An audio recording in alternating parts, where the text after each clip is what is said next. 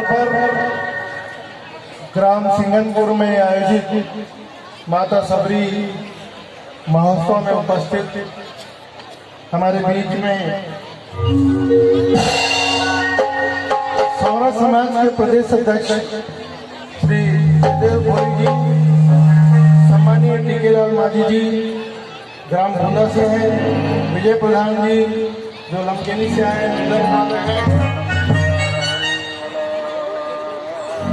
और सम्मानीय रघुनाथ भोई जी, युवराज रावल जी, हमारे बलबसपुर के सरपंच सम्मानीय तपन भोई जी, और हमारे साथ इस ग्राम के हमारे जनपद के अध्यक्ष श्री जगजीत सिंह अग्रवाल जी हमारे साथ आए हैं। भारतीय जनता पार्टी के हमारे जिले के उपाध्यक्ष श्री जितेंद्र त्रिपाठी जी, हमारे जिले के संयोजक IT सेल के श्री नवीन साहू जी, गढ़पुलजर मंडल भारतीय जनता पार्टी के हमारे बहुत ही कर्मठ कार्यकर्ता सम्मानीय माधव साहू जी हमारे साथ में आए हैं, देशराज जी जो पत्रकार भी हैं, और यहाँ जो मेला लगा हुआ है इसमें हमारे जो कलाकार आए हैं, जो सभा का कंस सभा का आयोजन आज किया गया है, इसमें हमारे उड़ीसा से आए हैं, उड़ीसा से जो हमारे कलाकार हैं, और यहाँ पर अपार जनसमूह जो इस कार्यक्रम को देखने आए हैं, शिरकत करने आए हैं, मैं सबका हार्दिक अभिनंदन करता हूँ। आप लोगों को सबको नमस्कार करता हूँ, वंदन करता हूँ। रामायण में एक जगह जब भगवान राम को वनवास होता है और वो वनवास जब जाते हैं तो रामायण में सबरी नाम का जिक्र हुआ है। और सबरी माता कौन थी? सबरी माता को हम आज यहाँ पर महोत्सव के रूप में इस मंदिर में उनकी पूजा कर रहे हैं। तो कौन थी वो माता सबरी के बारे में? जैसा कि आप जानते हैं और आपने पढ़ा भी होगा, सुना भी होगा कि माता सबरी भील समुदाय के प्रमुख अज और इंदुमती की पुत्री थी, और सबर समाज से आती थी, जिससे माता पिता ने उसका नाम शबरी रखा। शबरी को बचपन से ही पशु पक्षियों से बड़ा प्रेम था। पशु पक्षियों की भाषा समझती थी, वो क्या बोल रहे हैं, वो मूक जानवर, वो मूक पक्षी क्या बोल रहे हैं, ये शबरी बहुत अच्छे से जानती थी। समय के साथ साथ सबरी माता जब बड़ी हुई तो पिता ने, जैसा कि हर पिता बेटी का कन्यादान करना चाहता है, वैसे उसकी तैयारी माँ बाप ने शुरू की, और इस तैयारी के लिए उन्हें बहुत सारे पशु इकट्ठे करके एक जगह इकट्ठे कर दिए कि ताकि बारात में हम पशुओं की वध करके बारातियों का उससे स्वागत करेंगे।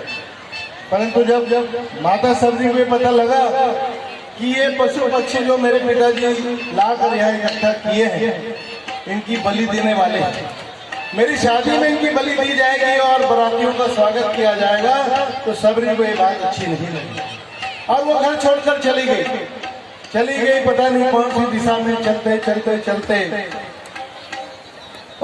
वो जंगल में पहुंच गई, और जंगल में पहुंचकर वहां पे देखती है कि एक आश्रम बना हुआ है। वहां जाकर वो देखती कि ये मतंग ऋषि का आश्रम दंडकारण्य में पहुंचती है, और वो मतंग ऋषि का आश्रम होता है, और वो चाहती कि मैं यहाँ पे आश्रम में ऋषि मुनि भगवान की सेवा करूँ।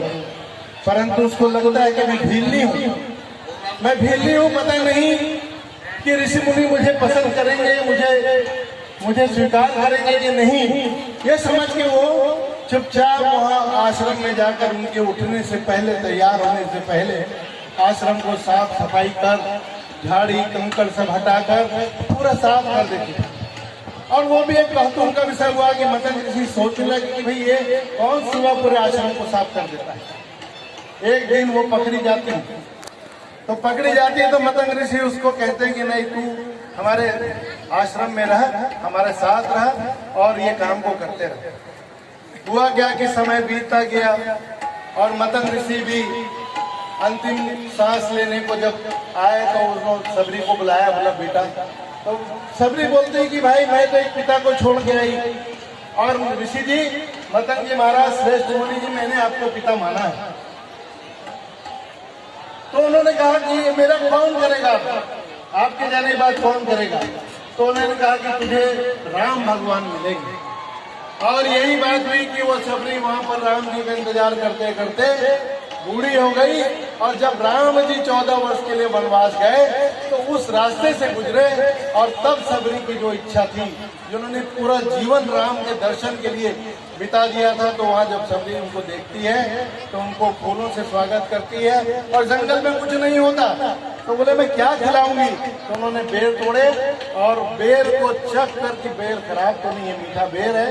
और इसी का उदाहरण हमारे रामचरितमानस में, हमारे रामायण में हुआ कि तब राम जी ने उसकी उम्मीद को पूरा करने के लिए, उसके त्याग को पूरा करने के लिए सबरी के जूते दिखाए। तो अगर राम जी को पाना है तो सबरी जैसा त्याग हमको करना होगा। राम जी से मिलना है तो सबरी जैसा प्रेम करना होगा। वो कहते नहीं, कौन कहता है कि भगवान आते नहीं और बेर सबरी जैसे तुम खिलाते नहीं। तो बेर सबरी के अगर बन जाओ, बेर सबरी के माता के अगर त्याग को आप लोग ले लेंगे तो निश्चित रूप से आपको भी राम के दर्शन जरूर है। भगवान के राम को दर्शन करना है तो त्याग करना सीखो। और ये ऐसा आयोजन, भव्य आयोजन, यह निश्चित रूप से हमारे आध्यात्म को, हमारे संस्कार को, हमारे राम के प्रति की प्रेम को बढ़ाने के लिए ऐसे आयोजन की हमको जरूरत है। हमारे इतिहास को, हमारे पुराण को जिंदा रखने के लिए ऐसे आयोजन की जरूरत है। और आज मैं सौरा समाज, 80 घर सौरा समाज के द्वारा आयोजित इस कार्यक्रम में इतना सफल आयोजन के लिए मैं हृदय से आप सबको धन्यवाद देता हूँ। और आपका आभार इस बात के लिए भी करता हूँ कि आपने इस भव्य कार्यक्रम में मुझे, इस पुण्य कार्य में मुझे सहभागी बनाया, मुझे आमंत्रित किया। मुझे आगे बहुत बहुत प्रसन्नता हो रही है। और भगवान करे इस तरह का जो कार्यक्रम होता रहे और हमारे समाज, हमारी दुनिया भगवान का स्मरण करते रहे। इन्हीं बातों के साथ मैं अपनी बात को समाप्त करता हूँ और सभी का मैं बहुत बहुत हृदय से आभार करते हुए अपनी बात को समाप्त करता हूँ। जो कुछ भी बात करता है यहाँ से सब सच है।